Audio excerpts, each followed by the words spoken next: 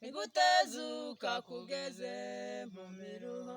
Iryo shuri twateguriwe n'umukiza uhora uturangaje imbere. Dufite kwizera nyakuri igutezuka kugeze mu miruho. Iryo shuri twateguriwe n'umukiza uhora uturangaje imbere.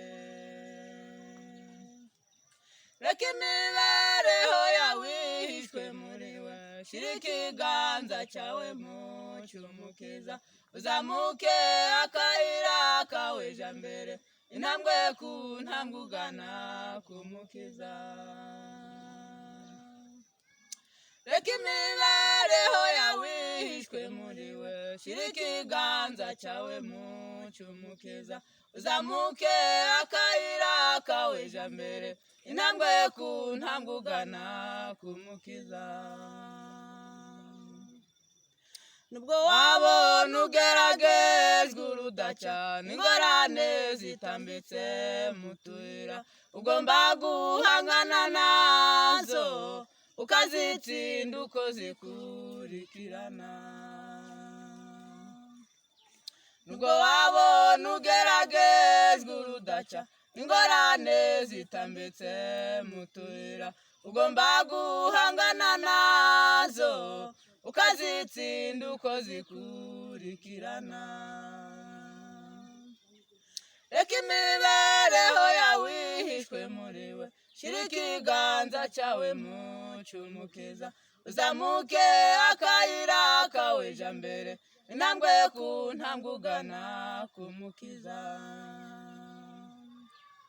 Reka imibereho yawe ihishwe muri we, shira ikiganza cyawe mu cy'umukiza, uzamuke akayira kawe ja mbere, intambwe ku ntambwe ugana ku mukiza.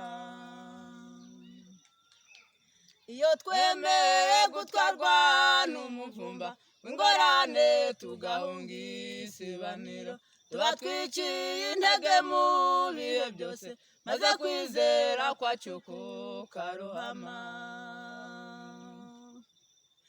Iyo twemeye gutwarwa n'umuvumba w'ingorane tugahunga isibaniro, tuba twiciye intege mu bihe byose, maze kwizera kwacu kukarohama.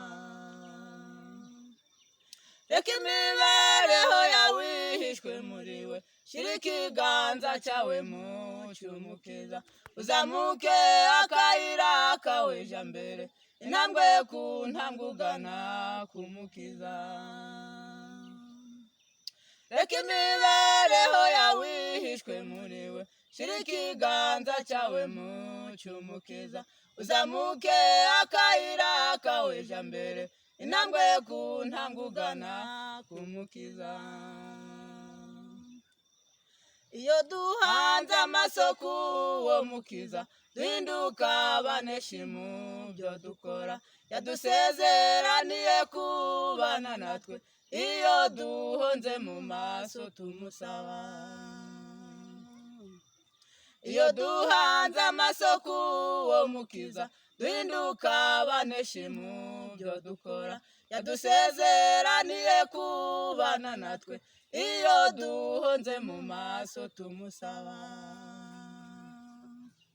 Reka imibereho yawe ihishwe muri we, shira ikiganza cyawe mu cy'umukiza, uzamuke akayira kawe ja mbere, intambwe ku ntambwe ugana ku mukiza. Reka imibereho yawe ihishwe muri we, shira ikiganza cyawe mu cy'umukiza, uzamuke akayira kawe ja mbere, intambwe ku ntambwe ugana ku mukiza.